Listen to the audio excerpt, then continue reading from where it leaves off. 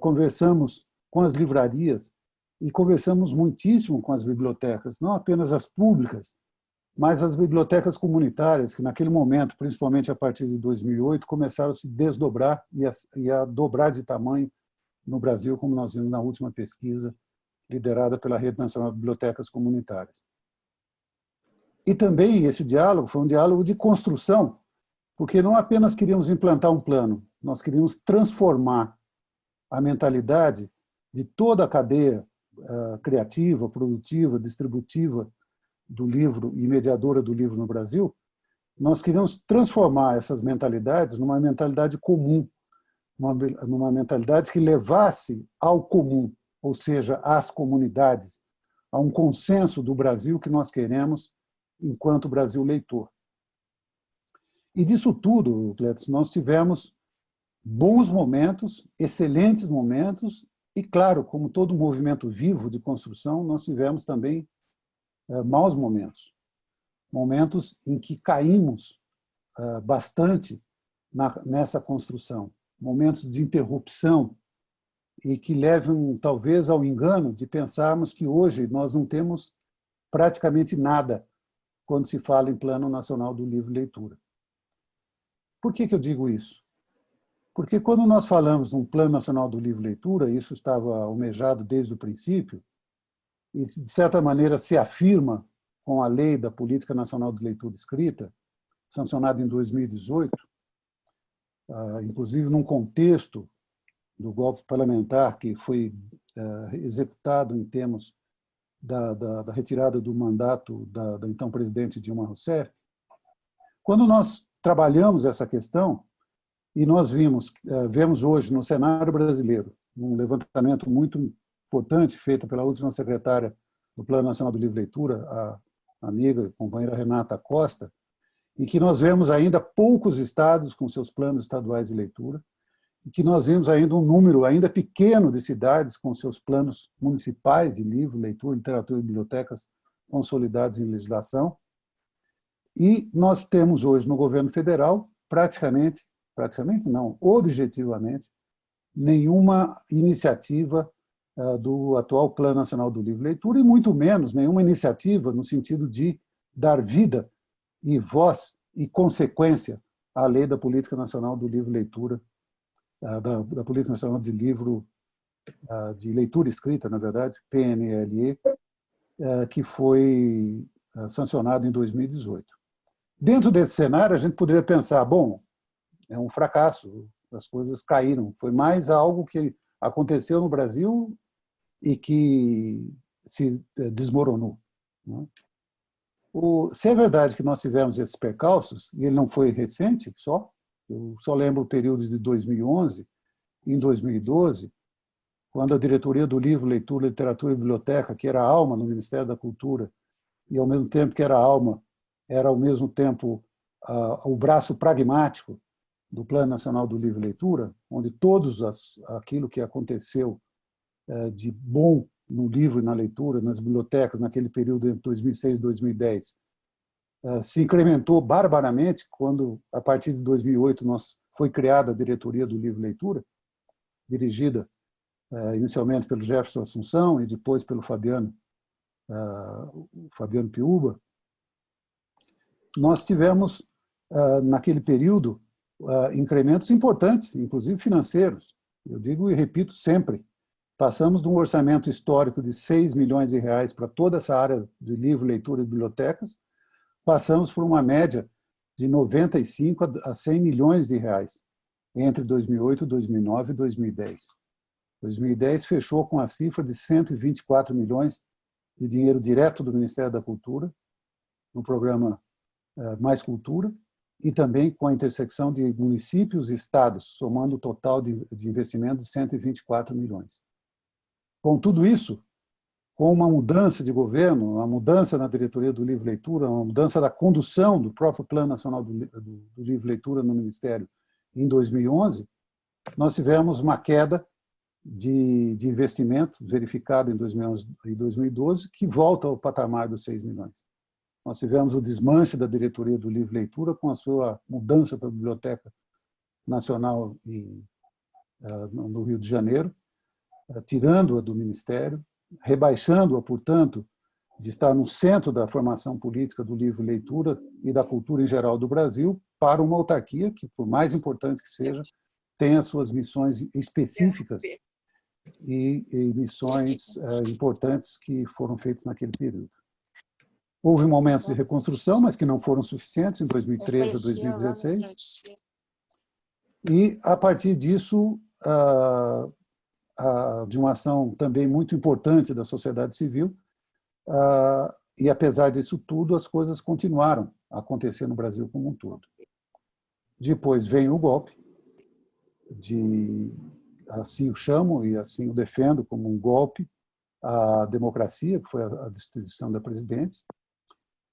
Mesmo assim, com a incursão do parlamento, da Frente em Defesa da Leitura e das Bibliotecas e da Literatura, na época chefiada pela então senadora Fátima Bezerra, mas uma bancada bastante grande, com o trabalho da Renata Costa, que foi, na época, como secretário executivo do PNLL, e com a incursão de muitas pessoas, se conseguiu, em junho de 2018, a sanção da Lei da Política Nacional de Leitura e Escrita.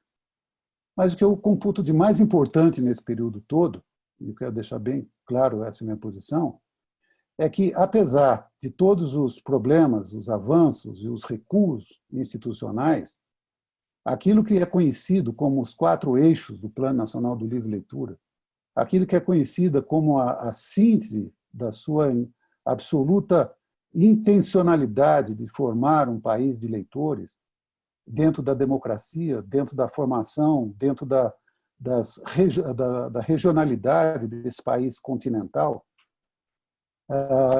e contando sempre com a presença dos vários atores da sociedade civil, de toda a cadeia produtiva, distributiva, mediadora do livro e da leitura no Brasil, nós tivemos o início, que foi lá atrás, em 2006, mas que permanece até hoje, em muitíssimas regiões do país. Eu poderia dizer com toda certeza para vocês que em todas as regiões do Brasil nós temos mais ou menos movimentos que giram em torno dos eixos e dos propósitos do Plano Nacional do Livro e Leitura.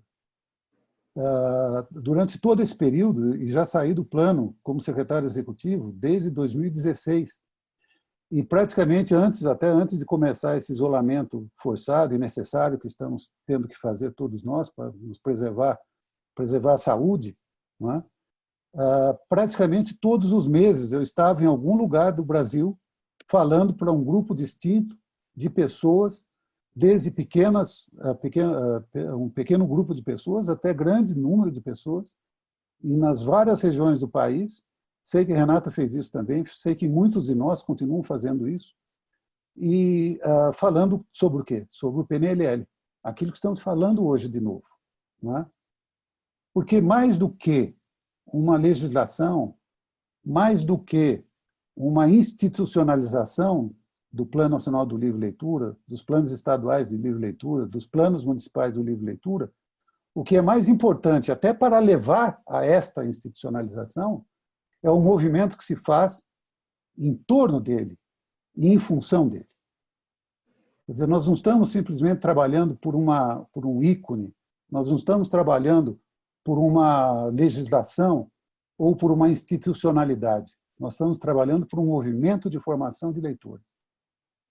E o PNLL não é outra coisa a não ser a expressão daquilo que a sociedade brasileira faz e de que alguns governos, depende de quem está de plantão, nos 3 planos da federação, no federal, no estadual e no municipal, faz na função de formar leitores e formar cidadanias. Então, para não ser mais extenso do que já fui, eu queria dizer a vocês o seguinte, podemos até daqui um pouco falar um pouco mais do que eu entendo desse momento de impasse do Brasil, do coronavírus e principalmente de tudo que está se falando de que pode vir a ser depois disso tudo. Mas a minha visão, muito sinteticamente dizendo a vocês, já escrevi sobre isso algumas vezes, já falei inúmeras vezes sobre isso, é de que o PNLL, os planos estaduais, os planos municipais de livro, leitura, literatura e bibliotecas têm que ser encarados mais do que nunca como um movimento, porque eles são um movimento. E ele encarna e sintetiza num texto todas as aspirações e todas as diretrizes necessárias para criarmos leitores nesse país. Então, é basicamente essa minha visão inicial, Gledson. Espero que todos possam ter tido acesso a ela, que o microfone não tenha falhado e nem a minha comunicação. Eu acho que a gente vai conversando. Esse é o tema principal, a gente vai tocar muito nesses assuntos. Eu acho que a gente vai e volta no tempo, porque é importante fazer leituras, né? São camadas e camadas de acontecimento que nos trazem até aqui. Eu acabei não falando no começo, mas quem quiser fazer perguntas pode levantar a mão. Eu vi que alguém já tinha levantado a mão, mas depois sumiu aqui da minha tela. E eu, na medida do possível, vou chamando as pessoas para ir fazendo as suas colocações, as suas perguntas, né? A gente estava falando, você estava comentando sobre os movimentos negativos de 2011, algumas coisas que aconteceram que fizeram com que tivéssemos menos energia do que antes de 2011, por exemplo, né? Mas você imaginava em algum momento que o plano poderia ser ferido de morte, como foi a questão da extinção do Conselho Consultivo, por exemplo?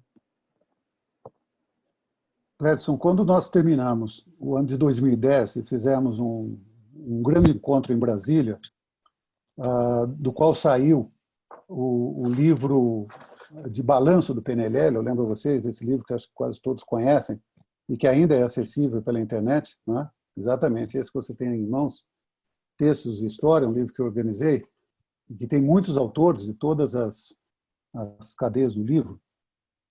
No prefácio, eu disse alguma coisa no sentido de que, mais do que nunca, nós teríamos que continuar lutando, porque o trabalho estava apenas no início. Apesar de todas aquelas conquistas realmente importantes que foram feitas naquele período. Mas estava tudo no início, nós tínhamos que ter a humildade e a clareza, principalmente, de dizer que estava no início e que tudo aquilo precisaria continuar. Continuar naqueles moldes, que não eram moldes definidos apenas por técnicos ou por palpiteiros políticos, mas nos moldes que tinham sido construídos conjuntamente naqueles 4 anos. Quando houve a reversão imediata em 2000, quase imediata no primeiro semestre de 2011, e também nós tivemos um grande vácuo do cargo de coordenação de todo esse movimento, que é a Secretaria Executiva do Plano Nacional do Livro e Leitura, e o desmanche da diretoria do Livro e Leitura, nós tivemos uma primeira mirada do que poderia acontecer, de mais radical que poderia acontecer. E quando, cada vez mais, que foi se aprofundando a crise política, e cada vez mais que essa crise política foi tendo como diretriz um aumento do autoritarismo, das arbitrariedades no país, do meu ponto de vista, na minha visão, eu alertei isso algumas vezes, nós teríamos cada vez mais que a possibilidade de cortes autoritários no Plano Nacional do Livro e Leitura e na sua estrutura. O primeiro deles foi, por exemplo, quando Renata Costa assumiu a Secretaria Executiva, ela teve que ter um enorme jogo de cintura e imensa colaboração de alguns setores da sociedade civil para fazer minimamente as suas funções de secretária executiva, porque recursos do Ministério da Cultura e do Ministério da Educação foram quase zero. Ela mesmo pode dizer isso a vocês, explanar com melhor clareza essa questão. Ela vai ser uma das nossas futuras convidadas, já abriu o convite para ela, já se mostrou. Excelente, excelente. Vai fazer parte aqui das nossas conversas, do nosso bate-papo. Perfeito. É excelente isso, não é? Porque ela pode esclarecer esse período de maneira mais clara. E lembro a vocês que a Renata foi nomeada secretária executiva 14 meses depois da função estar em vaga. Nós ficamos 14 meses, ou seja, 1 ano e 2 meses sem secretário executivo desde que eu saí, desde que eu renunciei por não concordar com aquilo que estava acontecendo